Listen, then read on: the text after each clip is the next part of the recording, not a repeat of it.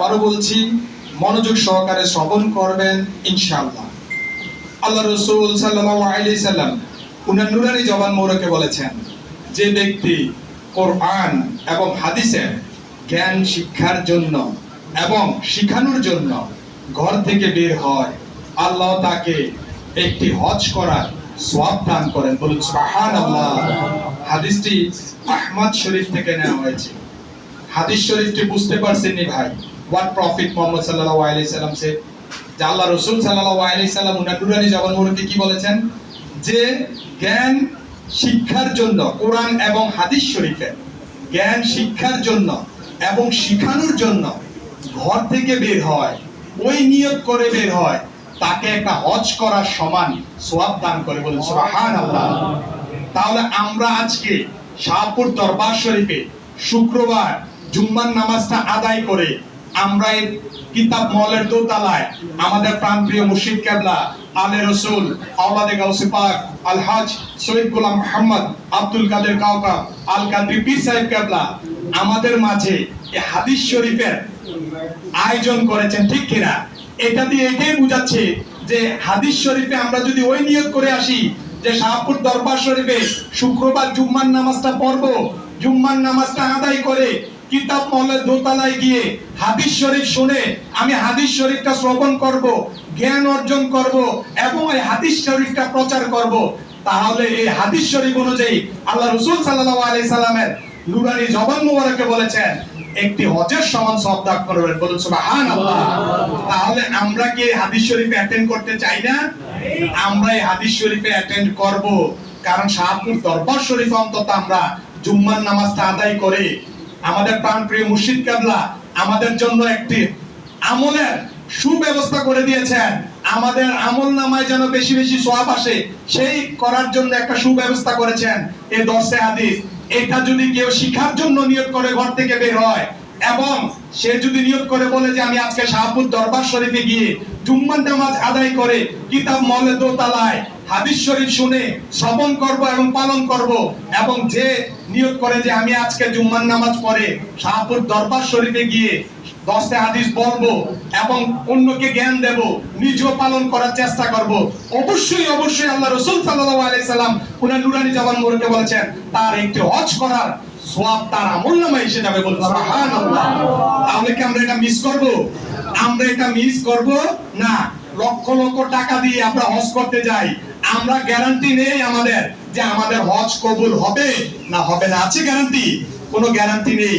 কিন্তু আমাদের হজের সমান সওয়াবের ব্যবস্থা আমাদেরকে শাহপুর দরবার শরীফ করে দিয়েছেন, ঠিক কিনা? যদি আমরা ওইটা ঠিক মতে পালন করি, যদি আমরা পালন করি এবং শ্রবণ করি, অন্যকে এটা প্রচার করি, তাহলে অবশ্যই অবশ্যই আমাদের আমলনামায় এই সওয়াবটা আসবে।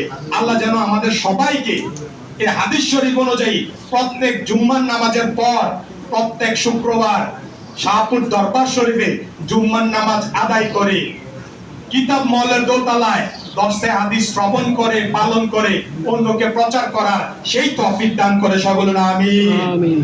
আমার দ্বিতীয় হাদিস শরীফটি হলো আল্লাহ রাসূল সাল্লাল্লাহু আলাইহি সাল্লাম উনার নুরানি জবান মোবারকে বলেছেন কোরআন এবং হাদিসের জ্ঞান অর্জন করা প্রত্যেক মুসলমানের উপর ফরজ। বলুন সুবহানাল্লাহ। হাদিসটি ইবনে মাজাহ শরীফ থেকে নেওয়া হয়েছে।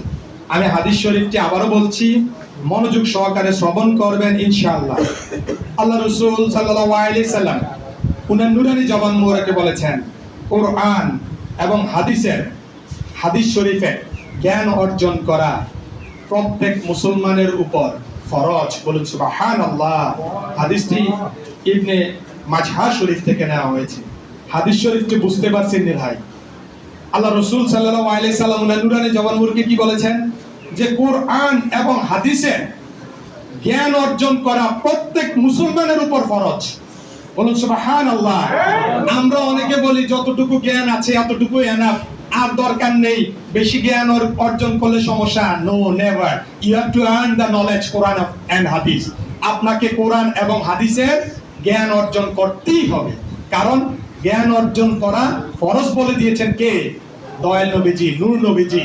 যে আপনি কোরআন হাদিসের জ্ঞান অর্জন করলেই আপনি বুঝতে পারবেন যে এখন আপনার ঈমানটা সঠিক আছে কিনা, কারণ বাতিলরা ঈমান কেড়ে নিচ্ছে।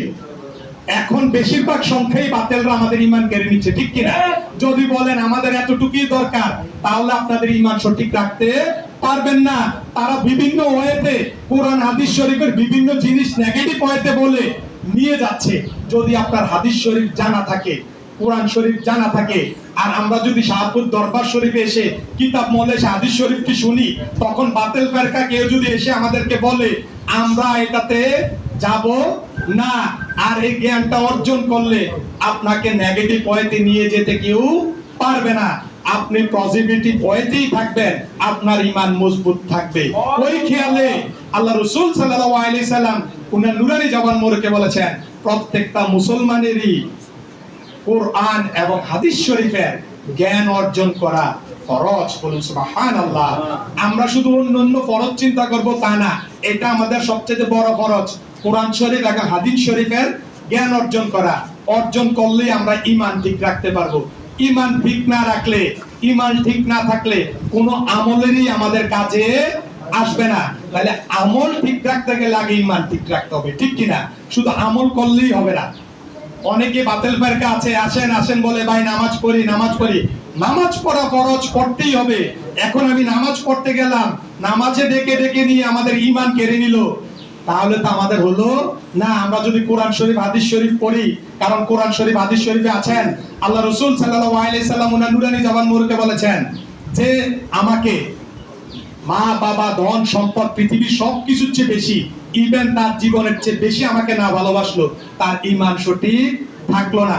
তাহলে আমাদের ঈমান সঠিক করতে গেলে হাদিস শরীফের জ্ঞান অর্জন দরকার আছে কিনা, কোরআন শরীফের জ্ঞানের দরকার আছে কিনা, যে আহলে বাইতকে আমাদের জীবনের চেয়ে বেশি মহব্বত করতে হবে কিনা, দয়াল নবীজিকে, আহলে বাইতকে, পাক পাঞ্জাতনকে এবং সমস্ত ওলি আল্লাহকে আমাদেরকে শ্রদ্ধা করে নিজের জীবনের চেয়ে বেশি ভালোবাসতে হবে, ঠিক কিনা?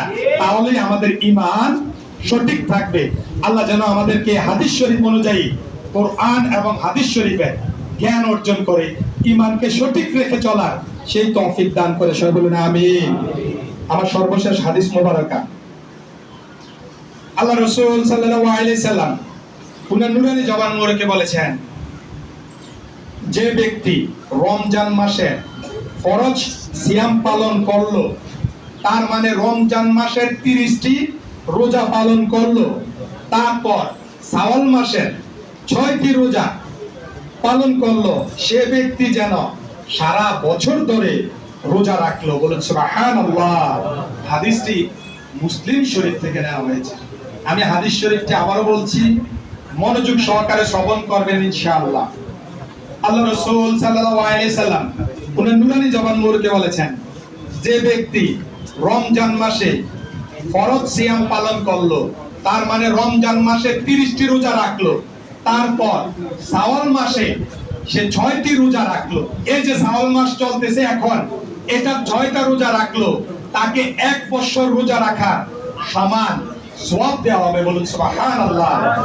তাহলে আমরা 30টি রোজা অনেক কষ্টে রেখেছি না?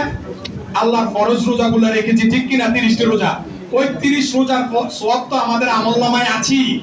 যদি আমরা এই শাওয়াল মাস চলছে, এই শাওয়াল মাসে 6টা রোজা কষ্ট করে আমরা রেখে দেই, 6টা রোজা যদি কষ্ট করে রেখে দেই, তাহলে 1 বছর রোজা রাখলে যে সওয়াবটা হবে, সেম সওয়াবটা আমাদের আমলনামায় আসবে। বলুন সুবহানাল্লাহ। তাহলে কি আমরা এই 6টা রোজা রাখতে চাই না? আমরা কি 6টা রোজা রাখতে চাই না? 6টা রোজা রাখবো। এভাবে তো আমরা সোমবার বৃহস্পতিবার রোজা রাখি, ঠিক কিনা? অনেকেই সোমবার বৃহস্পতিবারে রোজা রাখেন, কারণ সোমবার বৃহস্পতিবার বান্দার আমলনামা আল্লাহর দরবারে পৌঁছানো হয়। বলুন সুবহানাল্লাহ। এটা নূর নবীজির আরেকটা হাদিস শরীফে আছে। তাহলে প্রায় শাহপুর দরবার শরীফের মুরিদানরা সোমবার এবং বৃহস্পতিবার রোজা রাখেন। তারপর আমরা এই শাওয়াল মাসের 6টা রোজা রাখার জন্য যথাযথ চেষ্টা করব। চেষ্টা না, রোজাটা রাখবো। এই 30টা রোজা রাখতে পেরেছি, 30টা রোজা রেখেছি, এখন এই 6টা রোজা আমরা রাখবো, রেখে 1 বছর। দেখেন আমরা কেমন নবীর উম্মত।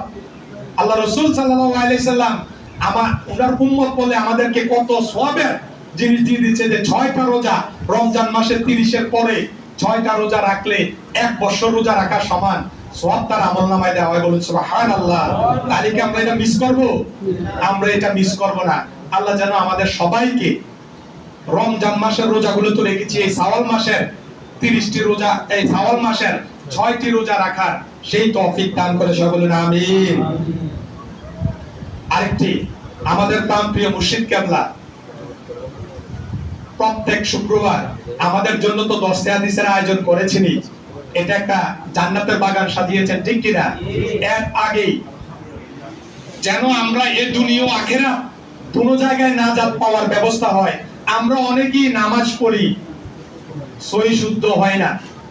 আমরা কোরআন তিলাওয়াত করি, সূরা কেরাত পড়ি, এটাতে আমাদের অসংখ্য ভুল হচ্ছে। কারণ আরবি এমন একটা অক্ষর, এটাতে একটু ভুল হলে কথা চেঞ্জ হয়ে যায়, বিকৃত হয়ে যায়। আমাদের সালে হুজুর থেকে শিখা, উনি বলেছেন কাফ এবং কফ, এটার মধ্যে কুল হু আল্লাহুর মধ্যে যে জিনিসটা আছে, এটা বললে একটা আছে বলো, একটা আছে খাওয়া। তাইলে কাফ এবং কফের মধ্যে পার্থক্য দেখছেন নি? খাওয়া এবং বলা অনেক পার্থক্য হয়ে যায়। তাইলে আমাদের বলায় যদি ভুল হয়, এর পার্থক্য হয়ে যাবে কিনা? তাহলে এই পার্থক্য হলে আমাদের নামাজ হবে না গুনাহ হবে? তার চেয়ে ভালো মানে সূরা কেরাত পড়াচ্ছে না পড়া, আর পড়লে সহিশুদ্ধ ভাবে আমরা যেন পড়ি, ওই সহিশুদ্ধ পড়ে না যেন আমরা আমাদের আমলটাকে সঠিক করতে পারি, এই ব্যবস্থা আমাদের প্রিয় মুর্শিদ কেবলা করেছেন। প্রত্যেক শুক্রবার দুপুর মানে সকাল 11টা থেকে 12টা পর্যন্ত এই জায়গায় কিতাব মহলের দোতলায়, এই জায়গায় আমরা যেখানে দরসে হাদিস বলছি, এখানেই সহিশুদ্ধভাবে সূরা কেরাত শেখানোর জন্য এবং হাদিস শরীফ শেখানোর জন্য ব্যবস্থা করেছেন। আমরা সবাই ইনশাআল্লাহ দলে দলে এটাতে যোগদান করব।